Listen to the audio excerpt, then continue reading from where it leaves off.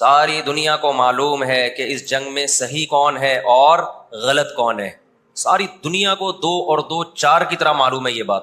ان دنیا کی وہ عظیم طاقتیں جو صبح و شام ہمیں تہذیب سکھاتی ہیں, ہمیں دہشت گرد کہتے ہیں, ہمیں دنیا کا امن خراب کرنے والا کہتے ہیں, بار بار ہمیں تانا دیتے ہیں کہ اسلام تلوار سے پھیلا ہے, بار بار ہمیں دہشت گرد. آپ 40-50 سالوں کی تاریخ اٹھا کے دیکھو, آپ کو پتا چلے گا کہ یہ بڑی طاقتیں کیسے دنیا کی آنکھوں میں دھول جھونکنے کی کوشش کرتی ہیں. اتنا زبردست طریقے سے جھوٹ بولا جاتا ہے, اتنا زبردست, اور ایسا پروپیگنڈا کیا جاتا ہے کہ لوگ اس جھوٹ کو سچ سمجھنا شروع کر دیتے ہیں. نبی صلی اللہ علیہ وسلم نے فرمایا تمہاری یہود سے لڑائی ہوگی, جہاد ہوگا. یہاں تک کہ کوئی یہودی اگر پتھر کے پیچھے چھپے گا تو پتھر کہے گا کہ اے مسلمان یہ یہودی ہے, اس کو قتل کر دے, یہ میرے پیچھے چھپا ہوا ہے. ہر درخت بھی گواہی دے گا, ہر پتھر بھی گواہی دے گا, الا الغرقد, سوائے غرقد درخت کے. یہودیوں کو کوئی مقدس درخت ہے جو اسرائیل میں بہت زیادہ لگاتے بھی ہیں یہ لوگ. نبی صلی اللہ علیہ وسلم نے جب یہ بات ارشاد فرمائی تو اس وقت مسلمانوں کی یہودیوں سے ایسی کسی لڑائی کا تصور بھی نہیں تھا. یہ ایک پیش گوئی تھی جو کسی کے خواب و خیال میں بھی نہیں تھا کہ صدیوں بعد جا کے ایسا ہو سکتا ہے. اس سے بھی پتہ چلتا ہے کہ ہمارے نبی صلی اللہ علیہ وسلم کی جو پیش گوئیاں ہیں اگر وہ پوری نہیں ہوئی تو آپ ٹائم کا انتظار کریں, ایک وقت پوری ہو جائیں گی. 1300 سال تک مسلمانوں کو اس حدیث کا مطلب سمجھ میں نہیں آیا. عملی دنیا میں ایمان تو تھا سب کا کہ اللہ کے نبی نے جو فرمایا برحق ہے, کیونکہ یہودیوں سے میں نے بتایا نا لڑائی ہوئی نہیں ہے. جب مدینہ سے اور جزیرہ عرب سے ان کو نکالا گیا, یہ دنیا کے مختلف ملکوں میں جا کے آباد ہو گئے ہیں. اس کے بعد یہ ہمیشہ یا تو عیسائیوں کے زیر سایہ رہے ہیں یا مسلمانوں کے زیر سایہ رہے. ان کی لڑائی اگر ہوئی عیسائیوں سے ہوئی ہے, مسلمانوں سے ان کا کبھی ٹاکرا نہیں ہوا. لیکن پیغمبر صلی اللہ علیہ وسلم نے کیا فرمایا صحابہ سے, تقاتلون, تم لڑو گے, تم سے مراد یہ امت لڑے گی. ایک وقت آنے والا ہے اور ایسی لڑائی ہوگی, ایسی لڑائی ہوگی کہ حتی یختبی احدکم وراء الحجر, کہ پتھر اور درخت بھی یہودی کا ساتھ دینا چھوڑ دیں گے. آج دنیا جن حالات کی طرف جا رہی ہے نا, یہ ایسا لگتا ہے کہ اس حدیث کے پورا ہونے کا ٹائم آ گیا ہے. ہم جب قرآن مجید پڑھتے تھے, اب بھی پڑھتے ہیں, لیکن جب طالب علمی کے دور میں جب سمجھ کے پڑھنا سیکھا ہم نے, تو ہم جگہ جگہ قرآن میں دیکھتے تھے ضربت علیہم الذلہ, اللہ نے ان پر ذلت کو مسلط کر دیا ہے. میں بار بار کہوں یہودیوں سے ہماری مراد علی الاطلاق سارے یہودی نہیں ہے, کیونکہ میرے بیان کو لوگ شارٹ کلپ بنا کے غلط چلاتے ہیں. تو بار بار میں کہتا ہوں میرا کلپ ادھورا چلاتے ہیں نا تو کوئی یہودیوں کے خلاف نہ چلائے, سارے یہودی ایک جیسے نہیں ہیں. ہم اسرائیل کے اگینسٹ ہیں, تو ہماری جو لڑائی ہوگی اسرائیل سے ہوگی. حدیث میں جس یہودی سے لڑائی کا ذکر ہے اس سے مراد بھی کون سے یہودی ہیں؟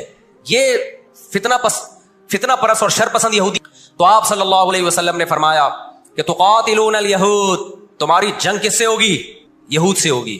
دجال کس کا سپورٹر ہوگا؟ بولتے کیوں نہیں؟ ابھی تو دجال آیا نہیں ہے اور آپ نے بولنا چھوڑ دیا ہے. جب آئے گا تو پھر تو اچھوں کی بولتی بند ہو جائے گی. کس کا سپورٹر ہوگا وہ؟ ہاں, میں عرض کر رہا تھا کہ ہم جب قرآن پڑھتے تھے ضربت علیہم الذلہ, قرآن کہتے ہیں ہم نے ذلت ان کے اوپر دے ماری ہے, ان فسادوں کی وجہ سے جو یہ کرتے رہے ہیں دنیا میں, ان فسادات کی وجہ سے. ہم جب پڑھتے تھے ہم کہتے تھے اے اللہ آج تو یہودی ذلیل نہیں ہے. اسرائیل کتنا پاورفل ہے کہ گچی کس کی پکڑی ہوئی ہے اس نے؟ امریکہ کی. ہندوستان کو گچی سے پکڑا ہوا ہے, تو آج تو بڑی عزت ہے. میں نے اپنے استاد سے یہ سوال پوچھا, انہوں نے بڑا معقول جواب دیا, اور یہ تفسیر کی کتابوں میں بھی لکھا ہے. دیکھیں آپ یہودیوں کی ہسٹری اٹھا کے دیکھیں نا, ہمیشہ کوئی نہ کوئی ایسا ان پر مسلط ہوا ہے جنہوں نے ان کی شرارتوں کا مزہ ان کو دنیا میں چکھایا ہے. قرآن سے بھی یہ بات ثابت ہے کہ ان کو ان کی شرارتوں کا مزہ, عذاب جو ہے وہ دنیا میں ملتا رہے گا. میں بار بار کہتا ہوں ہٹلر نے بھی ان کو عذاب دیا ہے. ہٹلر سے پہلے بھی اسلامی نہیں بلکہ دنیا کی تاریخ میں بہت سے ہٹلر گزر چکے ہیں جنہوں نے ان کی شرارتوں کی ان کو دنیا میں سزا دی ہے. ہم پھر بھی بتائیں ہم ہٹلر کے حامی نہیں ہیں جو ظلم اس نے کیا, لیکن وہ بھی ان کی شرارتوں سے بیزار تھا. قرآن کہہ رہے ہم نے ان پر ذلت کو دے مارا ہے. دنیا میں بہت دفعہ رسوا ہوئے یہ. اب کیا ہے, یہ آخری ذلت ہے یہودیوں کی.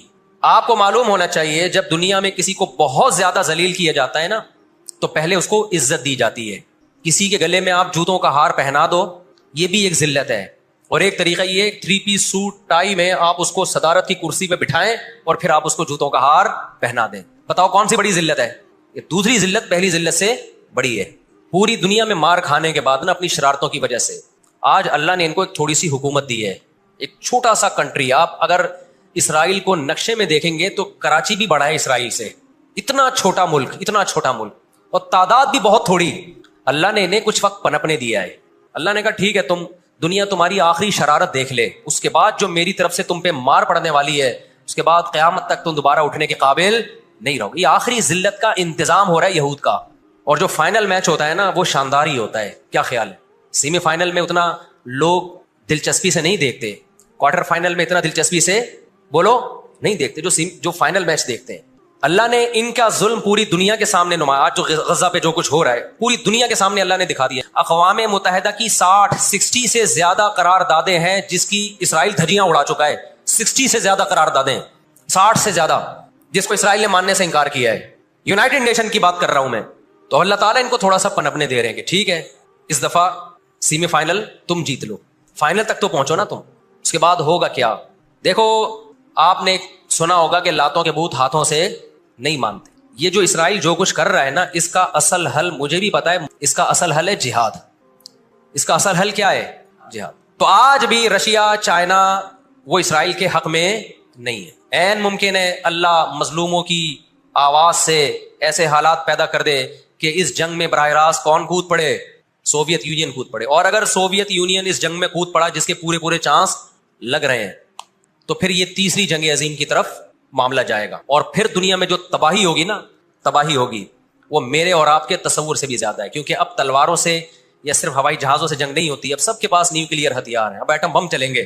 آج اگر دنیا انسانیت پہ رحم کھانا چاہتی ہے, آج اگر امریکہ, برطانیہ, جرمنی, فرانس جو دنیا کے لیڈر کہلائے جاتے ہیں, آج اگر یہ چاہتے ہیں کہ انسانیت کو تباہی سے بچائیں, جو اصل ظالم ہے نا یہودی, اس کا ہاتھ روکنا ہے. تو آج اگر یہ اسرائیل کا ہاتھ زبردستی روک لیتے ہیں تو دنیا بڑی تباہی سے بچ جائے گی. اور اگر یہ دنیا اسرائیل کا ہاتھ نہیں روکتی اور اس جنگ کو بند کرنے کی کوشش نہیں کرتی, تو بھائی جو تیسری جنگ کی طرف معاملات جا رہے ہیں اس کے ذمہ دار یہ لوگ ہوں گے جو دنیا میں تہذیب کے ٹھیکیدار ہیں. ہمیں قرآن و سنت میں اس بارے میں کیا ہدایات ملتی ہیں؟ اللہ کہتا ہے میں نے یہود پہ ذلت کو مسلط کر دیا ہے. اس آیت میں اور اس حدیث میں جو میں نے تقاتلون الیہود والی حدیث پڑھی, اس میں مسلمانوں کے لیے خوشخبری ہے کہ اللہ تعالیٰ نے جیسے بنی اسرائیل انتہائی کمزور تھے, فرعون کا ظلم اور بربریت کا شکار تھے, اللہ سورہ قصص میں کہتے ہیں وَنُرِيدُ أَن نَّمُنَّ عَلَى الَّذِينَ اسْتُضْعِفُوا فِي الْأَرْضِ, ہم نے ارادہ کیا کہ زمین میں کمزور ترین لوگوں کو اٹھا کے زمین کا امام بنا دیں گے, طاقتور پہ غالب کر دیں گے. بہت دفعہ ایسا ہوا ہے, کم من فئۃ قلیلۃ غلبت فئۃ کثیرۃ باذن اللہ. اللہ کہتے ہیں دنیا کے نقشوں میں جو غالب ہوتا ہے, جس کی فتح اسباب کی دنیا میں یقینی ہوتی ہے, میں بہت تھوڑی سی جماعت کو طاقتور بنا کے دنیا کا امام بنا دیتا ہوں. ہمیں اللہ کی رحمت سے اور قرآن اور حدیث کی جو بشارتیں مل رہی ہیں اس سے پوری امید ہے کہ انشاءاللہ یہ جو ابھی حالات ہوئے ہیں, انشاءاللہ یہ اسرائیل کی شکست پہ اور یہودیوں کی ہمیشہ کے لیے شکست پہ اس کا نتیجہ نکلے گا انشاءاللہ. اور نبی صلی اللہ علیہ وسلم کی وہ حدیث پوری ہوگی کہ تمہاری جو بڑی جنگ ہوگی, نبی نے کیا فرمایا, اس امت کی ایک جماعت ہمیشہ جہاد کرتی رہے گی. لا یزال طائفۃ من امتی ظاہرین علی الحق, ہر دور میں لڑائی ہوئی ہے, جہاد ہوا ہے. آپ اس ہسٹری اٹھا کے دیکھ, کہیں نہ کہیں جہاد ہمیشہ ہوتا رہا ہے. تو آج بھی ایسا ہوگا. اور بالآخر یہ معاملات اگر بین الاقوامی دنیا نے کنٹرول نہیں کیے تو نبی صلی اللہ علیہ وسلم کی پیش گوئیاں انشاءاللہ بہت جلد پوری ہونے والی ہیں. اور یہ جو ان کو عزت ملی ہے نا, یہ اصل میں بہت بڑی ذلت کی تمہید ہے. جب کسی کی بہت بڑی بےزتی کرنی ہوتی ہے تو اس کو پہلے بہت زیادہ عزت دینی پڑتی ہے. اس وقت دنیا میں 2 بڑی طاقتیں ہیں جو اس وقت تیسری ورلڈ وار کی طرف دنیا کو لے کے جا رہی ہیں. آپ کو پتا ہے پہلی جنگ عظیم میں کتنے لوگ ہلاک ہوئے, دوسری جنگ عظیم میں کتنے لوگ ہلاک ہوئے, اور اب جب تیسری جنگ عظیم ہوگی تو ہلاکتوں کا جو ریشو ہوگا, میں سمجھتا ہوں آدم علیہ السلام کے زمانے سے لے کر اب تک دنیا میں جتنی ہلاکتیں ہوئی ہیں وہ ایک طرف ترازو کے ایک پلڑے میں رکھتے ہیں آپ, اور یہ تیسری جنگ عظیم جو اسرائیل کی وجہ سے ہونے جا رہی ہے اس میں جو ہلاکتیں ہوں گی وہ تمام ریکارڈ توڑ دیں گی. اور اس کا ذمہ دار برطانیہ, امریکہ اور اسرائیل ہوگا, جو دنیا میں سب سے زیادہ تہذیب کے ٹھیکے دار سمجھے جاتے. دنیا میں 2 بڑی جنگیں ہو چکی ہیں, ان دونوں بڑی جنگوں میں کہیں بھی کسی مسلمان کا نام بولو نہیں آئے گا, کہیں بھی نہیں آئے گا کہ یہ کسی فلاں مسلم کی وجہ سے ہوئی ہے یہ جنگ. اور اب تیسری جنگ عظیم کی طرح, اور یہ جنگ ہوگی, یہ ذہن میں رکھیں. قرآن نے یہ بھی واضح کر دیا کہ آپ کسی پر زبردستی نہیں کر سکتے, تلوار کی زور سے کسی کو اسلام میں داخل نہیں کر سکتے. اے اللہ ہم نے ان غیر مسلموں سے سلوک کیسا کرنا ہے یہ بھی قرآن نے بیان کر دیا. لا ينهاكم الله عن الذين لم يقاتلوكم في الدين ولم يخرجوكم من دياركم ان تبروهم, 28واں پارہ. جو بھی غیر مسلم ہے, چاہے وہ یہودی ہو, چاہے وہ عیسائی ہو, چاہے وہ ہندو ہو, سکھ ہو, بدھسٹ ہو, اللہ فرماتے ہیں اللہ تمہیں ان سے اچھے سلوک سے منع نہیں کر رہا, بلکہ اچھے سلوک کا اللہ تمہیں حکم دے رہا ہے. ہمارے نبی صلی اللہ علیہ وسلم جب کوئی یہودی بیمار ہوتا اس کی بھی عیادت کے لیے اسی طرح جایا کرتے تھے جیسے کسی مسلمان کی عیادت کے لیے جاتے. ہمارے نبی کی زوجہ ایک یہودی خاندان سے تھیں، وہ اپنے یہودی خاندان کو ہدیے دیا کرتی تھیں. ہمارے نبی صلی اللہ علیہ وسلم نے اس عمل سے انہیں منع نہیں کیا. ہماری دشمنی یہودیوں سے نہیں ہے، عیسائیوں سے نہیں ہے، ہماری دشمنی ان یہودیوں سے ہے جو اسرائیل کو سپورٹ کر رہے ہیں. آپ اگر قرآن اٹھا کے دیکھیں، اللہ تعالیٰ نے اپنے محبوب ترین پیغمبر موسیٰ کلیم اللہ وقربناہ نجیہ، جن کے بارے میں قرآن کہتا ہے وہ پیغمبر جن کو کوہ طور پہ بلا کے میں ان سے سرگوشیاں کیا کرتا تھا، اس پیغمبر کو اللہ نے اس قوم کی طرف بھیجا. کس قدر ٹینشن دی یہودیوں نے موسیٰ علیہ السلام کو. ہٹلر جو تھا نا دوسری جنگ عظیم میں تو جرمنی گیا ہوں نا، میں نے وہ قبرستان بھی دکھایا تھا یہودیوں کا. ہٹلر نے یہودیوں پہ بہت زیادہ ظلم کیا، جو بالکل غلط کیا. ہم اس ظلم کو کبھی بھی حوصلہ افزائی نہیں کرتے، دیگوں میں اٹھا کے زندہ ڈال دیا کرتا تھا. ہم اس عمل میں ہٹلر کی بالکل بھی حوصلہ افزائی نہیں کرتے، اس عمل کو اپریشیٹ نہیں کرتے. لیکن اس نے ایک تاریخی الفاظ کہے تھے، اسے پتا تھا دنیا مجھے برا کہے گی بعد میں کہ لاکھوں یہودی مار دیے میں نے. اس نے کہا میں چاہتا تھا سب کو قتل کر دیتا، ایک بھی زندہ نہ چھوڑتا، لیکن کچھ میں زندہ چھوڑ کے جا رہا ہوں تاکہ دنیا جب مجھے یاد کرے گی نا کہ یہودی ظالم تھا تو دنیا کو پتا چلے گا کہ میں نے ان کو قتل کیوں کیا. کچھ چھوڑ کے جا رہا ہوں، یہ چین سے نہیں بیٹھیں گے، دیکھنا کرتے کیا ہیں یہ. ہٹلر اگر آج زندہ ہوتا، دنیا کہتی کہ تو بندہ ٹھیک نہیں تھا لیکن بات ٹھیک کر کے گیا ہے. جیسے مشرف بندہ ٹھیک نہیں تھا لیکن بات، اس نے کہا نا دنیا کس کی زبان مانتی ہے؟ ڈنڈے کی. بات ٹھیک کر کے گیا ہے. اور میں آپ لوگوں کو بھی کہتا ہوں، آپ کا گھر بھی ایک چھوٹی سی ریاست ہے. گھر میں آپ کا روب ہوگا تو صحیح چلے گا روب. گھر روب نہیں ہے تو پھر دماغ سے نکال دو کہ میں محبت اور امن شانتی کے ساتھ گھر صحیح چلے گا. امن شانتی سے ہی چلتا ہے گھر. روب کا ہونا بھی کیا ہے، اس کے بغیر نہیں ہوتا گزارا. سمجھتے ہو کہ نہیں؟ تو اللہ نے آدمی کو آدمی اس لیے بنایا ہے کہ اس کا تھوڑا روب رہے گھر کے اندر. روب ختم تو گھر سے بڑی مصیبت پھر کوئی نہیں ہے. دنیا بھی اسی اصول پہ چلتی ہے. قرآن نے ان کے بارے میں کیا کہا؟ ضربت علیہم الذلہ، ہم نے ان پر ذلت کو دے مارا ہے. آپ کو پتا ہے کہ یہود کا لفظ اتنی بڑی گالی دنیا کے لیے بن گیا تھا. ایران میں بہت زیادہ یہودی ہیں، پتا ہے آپ کو؟ اسرائیل کے بعد سب سے زیادہ یہودی ایران میں ہے، لیکن انہوں نے اپنا نام ایران میں یہود نہیں رجسٹرڈ کروایا، کلیمی رجسٹرڈ کروایا ہوا ہے موسیٰ کلیم اللہ کے نسبت. کیوں؟ ان کو پتا ہے کہ یہود کا لفظ دنیا میں کیا بن چکا ہے؟ گالی. شرم آئے گی کسی کو بتاتے ہوئے کہ میں یہودی ہوں، اس لیے ایران میں انہوں نے اپنے آپ کو رجسٹرڈ کس نام سے کروایا ہے؟ کلیمی کہتے ہیں ان کو. میں مانتا ہوں سارے یہودی ایسے نہیں ہوتے، میں نے پہلے وضاحت کر دی، ہمیں یہودیوں سے دشمنی نہیں ہے، کیونکہ قرآن جہاں یہودیوں کی برائی بیان کرتا ہے وہاں قرآن یہ بھی کہتا ہے لیسوا سواء، سارے ایک جیسے نہیں ہیں. قرآن اعتدال سے بات کرتا ہے، سارے ایک جیسے نہیں ہیں.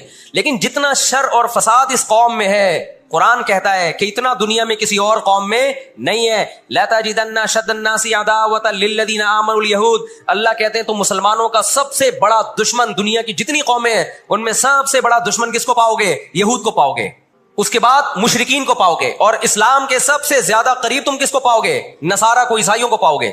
آج امریکہ اسرائیل کو غلط کہہ کے بھی کس کا ساتھ دیتا ہے؟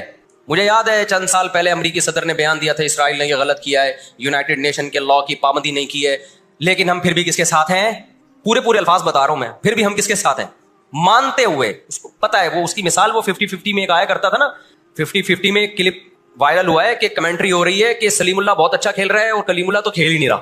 اب لوگ جو کمنٹری کرنے والا ہے اس سے کہہ رہے ہیں بھائی یا تو کھیل ہی نہیں رہا، وہ جو تماشائی تھے وہ چھوڑ کے جانے لگے تو غلط کمنٹری کر رہا ہے. اس نے کہا تم جہنم میں چلے جاؤ لیکن کھیل یہی صحیح رہا ہے، بھلے تم جاؤ. وہ انہوں نے کہا ہم گھر جا رہے ہیں، انہوں نے کہا تم گھر نہیں، تم جہنم میں جاؤ، لیکن یہی سلیم اللہ بہترین کھیل رہا ہے. پھر دکھایا کہ پیچھے بندوق رکھی ہوئی ہے کسی نے. تو اس وقت امریکہ کو گچی سے کس نے پکڑا ہوا ہے؟ طاقت امریکہ کے پاس زیادہ ہے، سازشیں کس کے پاس زیادہ ہیں؟ اسرائیل کے پاس. معیشت پہ ایسا قبضہ کیا ہوا ہے، گچی سے پکڑا ہوا ہے کہ ہلنا نہیں. آج دنیا میں سب سے زیادہ دہشت گردی کا شکار مسلمان ہو رہا ہے، کشمیر میں بھی. اور میں کشمیر کے بارے میں نیوز چینل کی رپورٹ پیش نہیں کر رہا، میں دنیا میں جاتا ہوں، مقبوضہ کشمیر کے مسلمانوں سے بھی ملتا ہوں. نام ان کے ہائی لائٹ نہیں کیے جا سکتے، ان کی ویڈیو نہیں ڈالی جا سکتی ورنہ انڈیا ان کو تنگ کرے گا. مقبوضہ کشمیر میں کوئی ایک مسلمان ایسا نہیں ہے جو انڈین گورنمنٹ سے خوش ہو. ابھی مسقط میں ایک خاتون ملی مقبوضہ کشمیر سے، مجھے تو لوگ پہچان لیتے ہیں، کہنے لگے مفتی صاحب خدا کا واسطہ آپ آواز اٹھائیں، ہم پر بہت ظلم کر رہا ہے انڈیا، بہت مار رہا ہے ہمیں کشمیر میں، بتاؤ دنیا آواز اٹھا رہی ہے اس پہ؟ کیونکہ مسلمان کا خون بہ رہا ہے. روہنگیان میں کس کا خون بہتا ہے؟ برما میں مسلمان کا خون بہتا ہے. فلسطین میں کس کا خون بہ رہا ہے؟ مسلمان کا خون بہ رہا ہے. جہاں مسلمان کا خون بہے گا دنیا منہ پہ ٹیپ لگا لیتی ہے. جہاں کوئی ایک غیر مسلم، ہماری نظر میں مسلمان کا خون بہے یا غیر مسلم کا، ہم فرق نہیں کرتے، کسی پہ بھی ظلموں کا ہم آواز اٹھائیں گے. لیکن دنیا یہ فرق کرتی ہے، لیبل یہ لگاتی ہے کہ انسانیت پہلے مذہب بعد میں، لیکن ان کا ایٹیٹیوڈ بتاتا ہے کہ ان کی نظر میں مذہب پہلے ہے، انسانیت بعد میں ہے. دنیا میں سب سے سستا خون مسلمان کا ہو گیا ہے.